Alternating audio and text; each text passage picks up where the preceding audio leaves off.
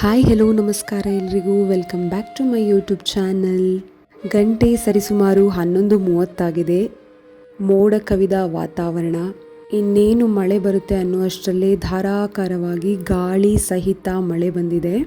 ಈ ಮಳೆಗೆ ಬಿಸಿ ಬಿಸಿಯಾಗಿ ಅಡುಗೆ ಮಾಡೋದೇ ಒಂಥರ ಖುಷಿ.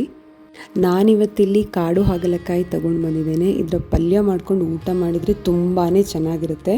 ಇದಕ್ಕೆ ನಾನು ಒಂದು ಪ್ಯಾನ್ಗೆ ಆಯಿಲ್ ಹಾಕ್ಕೊಂಡು, ಆಯಿಲ್ ಬಿಸಿಯಾದ ಕೂಡಲೇ ಅದಕ್ಕೆ ಸಾಸಿವೆ ಹಾಕಿ ಚಟ್ಪಟ ಅನ್ನೋ ಅಷ್ಟರಲ್ಲಿ ಆನಿಯನ್ ಹಾಗೂ ಅದಕ್ಕೆ ಟೊಮೆಟೊ ಹಾಕ್ಕೊಂಡಿದ್ದೇನೆ. ಹಾಗೂ ಸ್ವಲ್ಪ ಬಾಡಿದ ಕೂಡಲೇ ಅದಕ್ಕೆ ಬೇಕಾಗಿರುವಂತಹ ಮಸಾಲ ಪದಾರ್ಥ ಆ್ಯಡ್ ಮಾಡ್ತಾ ಇದ್ದೇನೆ. ಇಲ್ಲಿ ನಾನು ಅಚ್ಚ ಖಾರದ ಪುಡಿ, ಜೀರಿಗೆ ಪುಡಿ, ಕೊತ್ತಂಬರಿ ಹುಡಿ ಹಾಗೂ ಉಪ್ಪು ಹಾಕಿ ಚೆನ್ನಾಗಿ ಮಿಕ್ಸ್ ಮಾಡ್ಕೊಳ್ತಾ ಇದ್ದೇನೆ. ಇವಾಗ ಇದಕ್ಕೆ ಕಾಡು ಹಾಗಲಕಾಯಿಯನ್ನು ಆ್ಯಡ್ ಮಾಡಿ ಬೇಯಿಸಿದರೆ ನಮ್ಮ ಪಲ್ಯ ರೆಡಿ. ಊಟ ಮಾಡಿಕೊಂಡು ನಾವಿವತ್ತು ಹೋಗಿರೋದು ಜಾನಪದ ಲೋಕಕ್ಕೆ. ಈ ಜಾನಪದ ಲೋಕ ರಾಮನಗರ ಜಿಲ್ಲೆಯಲ್ಲಿದೆ. ಇದು ಬೆಂಗಳೂರಿನಿಂದ 53 ಕಿಲೋಮೀಟರ್ ಹಾಗೂ ಮೈಸೂರಿನಿಂದ 90 ಕಿಲೋಮೀಟರ್ ದೂರದಲ್ಲಿ ಉಂಟು.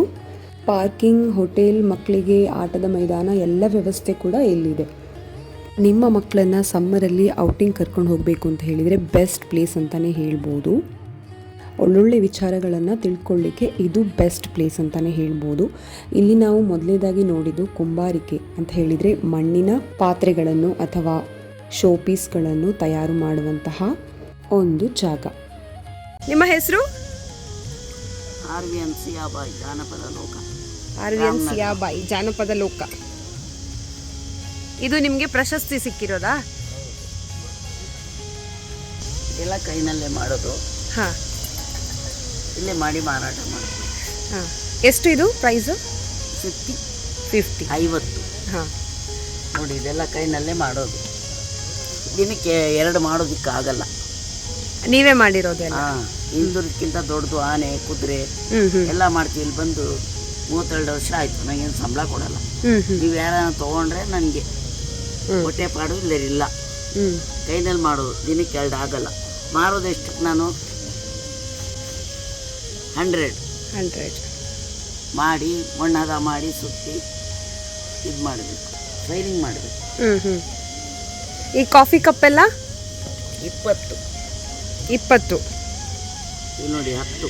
ಇದು ಚಿಕ್ಕದು 10. ನೋಡಿ ಇದು 20.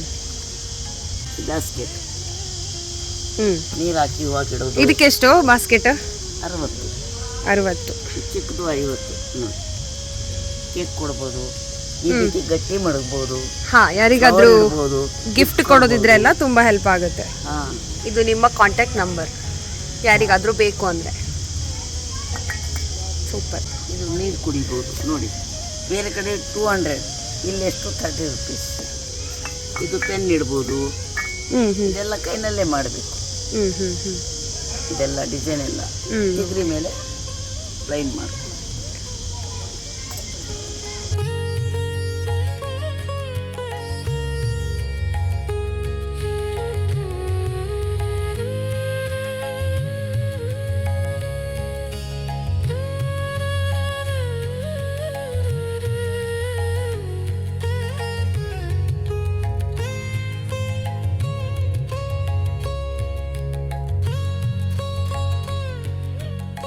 ಇದೊಂದು ಮ್ಯಾಜಿಕ್ ದೀಪ. ಇದನ್ನು ಅವರೇ ತಯಾರು ಮಾಡಿರೋದು. ಇದನ್ನು ಯಾವ ರೀತಿ ಉಪಯೋಗಿಸಬಹುದು ಅನ್ನೋದನ್ನು ನಾನು ನನ್ನ ಯೂಟ್ಯೂಬ್ ಶಾರ್ಟ್ಸ್ನಲ್ಲಿ ಹಾಕಿರ್ತೇನೆ, ನೀವು ಹೋಗಿ ಚೆಕ್ ಮಾಡ್ಬೋದು. ಇದು ನಾನು ಅವರ ಬಳಿ ಖರೀದಿಸಿದಂತಹ ಲೋಟ ಹಾಗೂ ಮೊಸರನ್ನು ಹೆಪ್ಪು ಹಾಕಲಿಕ್ಕೆ ಒಂದು ಪಾಟ್ ಕೂಡ ನಾನು ಅವರ ಬಳಿ ತಗೊಂಡಿದ್ದೇನೆ. ಇದಕ್ಕೆ ಒಂದು ಬಹಳ ಸುಂದರವಾದ ಮುಚ್ಚಳವನ್ನು ಕೂಡ ಅವರು ನಮಗೆ ಕೊಟ್ಟಿದ್ದಾರೆ. ಹಾಗೆ ನೀರನ್ನು ಉಪಯೋಗ ಮಾಡಲಿಕ್ಕೆ ಅಂತ ಹೇಳಿ ನಾನೊಂದು ಜಗ್ ಕೂಡ ಅವರ ಬಳಿ ತಗೊಂಡಿದ್ದೇನೆ. ನೋಡಿ, ಇದು ನನ್ನ ಜಗ್, ನಾನು ಅವರ ಬಳಿ ತಗೊಂಡದ್ದು. ತುಂಬ ಸುಂದರವಾಗಿದೆ. ನೀವು ಕೂಡ ಬೇಕಾದರೆ ಒಂದ್ಸಲ ಈ ಪ್ಲೇಸಿಗೆ ವಿಸಿಟ್ ಮಾಡ್ಬೋದು.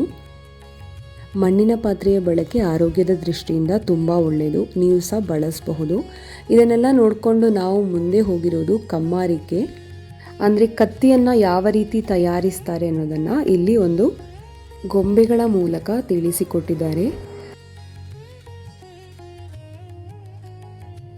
ಇಲ್ಲಿ ನಾವು ಆಯಿಲ್ ಮಿಲ್ ನೋಡಬಹುದು. ಹಳೆ ಕಾಲದಲ್ಲಿ ಎಣ್ಣೆಯನ್ನು ಯಾವ ರೀತಿ ತಯಾರು ಮಾಡ್ತಾ ಇದ್ರು ಅನ್ನೋದನ್ನು ಬಹಳ ಅಚ್ಚುಕಟ್ಟಾಗಿ ನಿರೂಪಿಸಿದ್ದಾರೆ.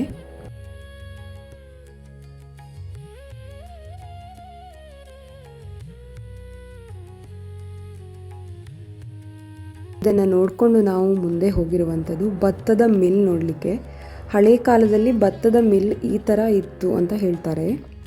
ಇದನ್ನು ನಾವಿಲ್ಲಿ ನೋಡ್ಬೋದು. ನಾನು ನಿಮಗಿಲ್ಲಿ ಬಹಳ ಚುಟುಕಾಗಿ ವಿಷಯಗಳನ್ನು ವಿವರಿಸಲಿಕ್ಕೆ ಇಚ್ಛೆ ಪಡ್ತೇನೆ. ನೋಡಿ, ಇಲ್ಲಿ ಒಂದು ಮಹಿಳೆ ತನ್ನ ಕೈಯಲ್ಲಿ ಒನಕೆ ಇಟ್ಕೊಂಡು ಯಾವ ರೀತಿಯಲ್ಲಿ ಭತ್ತವನ್ನು ಅಕ್ಕಿಯಾಗಿ ಪರಿವರ್ತನೆ ಮಾಡಬಹುದು ಅನ್ನೋದನ್ನು ಬಹಳ ಸೊಗಸಾಗಿ ವಿವರಿಸಿದ್ದಾರೆ. ಭತ್ತದಿಂದ ಬಂದಿರುವಂತಹ ಅಕ್ಕಿಯನ್ನು ಅಕ್ಕಿ ಹಿಟ್ಟಾಗಿ ಪರಿವರ್ತಿಸುವಂತಹ ಒಂದು ಸಾಧನ. ಹಳ್ಳಿಯಲ್ಲಿರುವ ಹಳೆ ಕಾಲದ ಮನೆಗಳು ಅಂತ ಹೇಳಿದರೆ ಯಾವ ರೀತಿ ಇರ್ತದೆ ಅನ್ನೋದನ್ನು ಬಹಳ ಸೊಗಸಾಗಿ ವಿವರಿಸಿದ್ದಾರೆ. ಮುಂದೆ ನಾವು ಬುಟ್ಟಿ ಹೆಣಿಕೆಯನ್ನು ಯಾವ ರೀತಿಯಲ್ಲಿ ಮಾಡ್ತಾರೆ ಅನ್ನೋದನ್ನು ಕೂಡ ನೋಡ್ಬೋದು.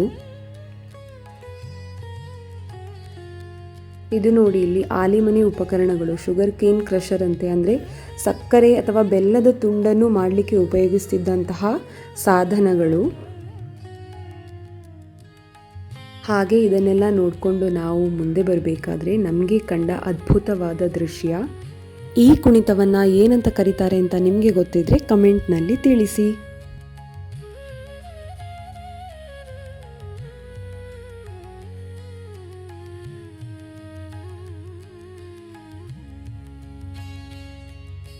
ಹೀಗೆ ನೋಡ್ಕೊಂಡು ಮುಂದೆ ಹೋಗಬೇಕಾದ್ರೆ ನಮಗೆ ಸಿಕ್ಕಿರುವಂತಹ ದೃಶ್ಯ ಶಿಲ್ಪಮಾಳ. ಇಲ್ಲಿ ಸರಿಸುಮಾರು ಕ್ರಿಸ್ತಶಕ 1400ಕ್ಕಿಂತಲೂ ಹಳೆಯದಾದಂತಹ ಶಿಲ್ಪಕಲೆಗಳನ್ನು ನಾವು ಕಾಣಬಹುದು. ಹಲವಾರು ಆಕ್ರಮಣಗಳಿಗೆ ತುತ್ತಾಗಿರುವಂತಹ ವಿಗ್ರಹಗಳನ್ನು ತಂದು ಅದಕ್ಕೆ ಮರುಜೀವವನ್ನು ಕೊಟ್ಟಿರುವಂತಹ ಕೆಲಸವನ್ನು ನಾವಿಲ್ಲಿ ಕಾಣಬಹುದು. ಇಲ್ಲಿ ನಾವು ನೋಡ್ತಿರುವಂತಹ ಕಂಬಗಳಿರ್ಬೋದು ಅಥವಾ ಈ ಮಹಾದ್ವಾರ ಇರ್ಬೋದು, ಇವೆಲ್ಲವೂ ಕೂಡ ಹಳೆಯ ಕಾಲದ ಕೆತ್ತನೆಗಳಿಗೆ ಸಾಕ್ಷಿಯಾಗಿದೆ ಅಂತ ಹೇಳಿದರೆ ತಪ್ಪಾಗಲಿಕ್ಕಿಲ್ಲ.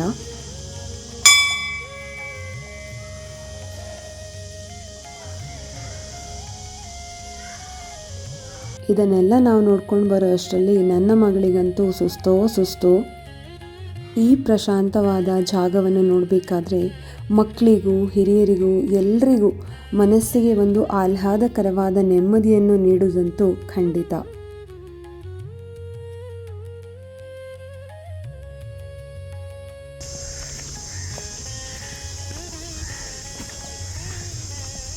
ಕ್ರಿಸ್ತಶಕ 1902ರಲ್ಲಿ ಮುನಿಸ್ವಾಮಿ ಆಚಾರಿ ರಚಿಸತಕ್ಕಂತಹ ಸೋಮೇಶ್ವರ ದೇವಸ್ಥಾನದ ಮರದ ರಥ, ಇದನ್ನು ನೋಡಬೇಕಾದ್ರೇ ಅದ್ಭುತ ಅಂತ ಅನ್ನಿಸ್ತು. ಯಾವ ರೀತಿಯ ಕೆತ್ತನೆ ಅದರಲ್ಲಿ ಇತ್ತು ಅಂತ ಹೇಳಿದರೆ ಬ್ರಹ್ಮ, ವಿಷ್ಣು, ಮಹೇಶ್ವರ, ನಂದಿ, ಸಿಂಹ, ಗರುಡ, ಈ ಥರ ಎಲ್ಲ ರೀತಿಯ ಕಲೆಗಳನ್ನು ಕೂಡ ಕೆತ್ತನೆ ಮಾಡಲಾಗಿತ್ತು.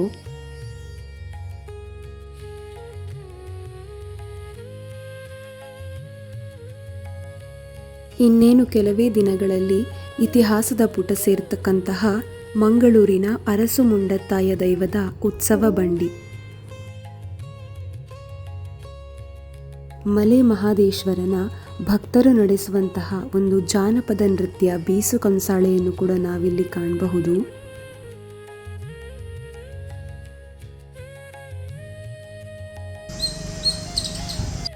ಪ್ರವಾಸಿಗರ ಸುಸ್ತನ್ನು ನಿವಾರಿಸಲು ನೀರಿನ ತೋಪು ಹಾಗೂ ಇಂತಹ ಗುಡಿಸಲುಗಳ ರಚನೆಯನ್ನು ಬಹಳ ಸೊಗಸಾಗಿ ನಿರ್ಮಾಣ ಮಾಡಿದ್ದಾರೆ. ಮೆಡಿಟೇಷನ್ ಅಥವಾ ಪ್ರಾಣಾಯಾಮವನ್ನು ಮಾಡುವವರಿಗೆ ಇದೊಂದು ಬೆಸ್ಟ್ ಪ್ಲೇಸ್ ಅಂತಾನೆ ಹೇಳ್ಬೋದು. ಇಲ್ಲಿರುವ ಸಣ್ಣ ಪುಟ್ಟ ಪ್ರಾಣಿಗಳ ದಾಹವನ್ನು ನೀಗಿಸಲಿಕ್ಕೆ ಇಲ್ಲಿ ಒಂದು ಕೆರೆಯ ನಿರ್ಮಾಣವನ್ನು ಕೂಡ ಮಾಡಿದ್ದಾರೆ. ಇದನ್ನೆಲ್ಲ ನೋಡಿಕೊಂಡು ಮುಂದೆ ಬರುವಾಗ ನಮಗೆ ನೋಡಲಿಕ್ಕೆ ಸಿಕ್ಕಿದವರು ಸುಡುಗಾಡು ಸಿದ್ಧರು. ಪ್ರಾಚೀನ ಕಾಲದಲ್ಲಿ ಸ್ಮಶಾನವನ್ನು ಕಾಯುವುದು ಇವರ ಕಾಯಕ ಅಂತ ನಾವು ತಿಳ್ಕೊಂಡಿದ್ದೇವೆ.